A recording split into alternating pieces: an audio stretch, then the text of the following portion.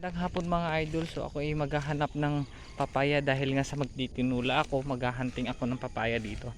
Ayan, so may nakita tayong puno ng papaya. Ay, eto pala mga idol, mas may mababa. So kukuha tayo ng ilang bunga. Panlakot natin sa tinmula mga idol. So kukuha tayo, pipitas tayo. Kahit isa lang mga idol.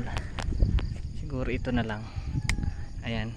So panglahok natin to mga idol sa tinula, magtitinula tayo ngayon. So kailangan din syempre pag nagtinula tayo, kailangan natin ng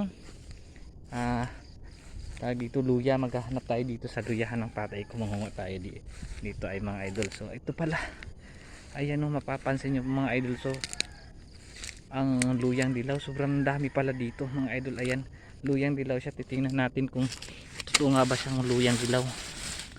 Ayan mga idol, mapansin nyo ito ang laman niya o. Ayan o, madami palang laman mga idol. Ayan o, hindi na natin bubunutin, hindi naman natin kailangan. So titingin tayo kung mayroon tayong nakikita ang luya. Ayan, so ayan mga idol, mayroon dito. Ang lalaki ng laman mga idol, makikita nyo. Ayan o, ito mga idol. So ang dami, ang lalaking laman ng luya. So nakakatuwa naman. So ito ang kailangan natin. Paano ba tayo kukuha dito? Yung maliit lang kasi baka tayo pagalitan na tatay ko. Ayan, so kukuha tayo dito mga idol ng ilan. Ayan, so nakakuha na tayo.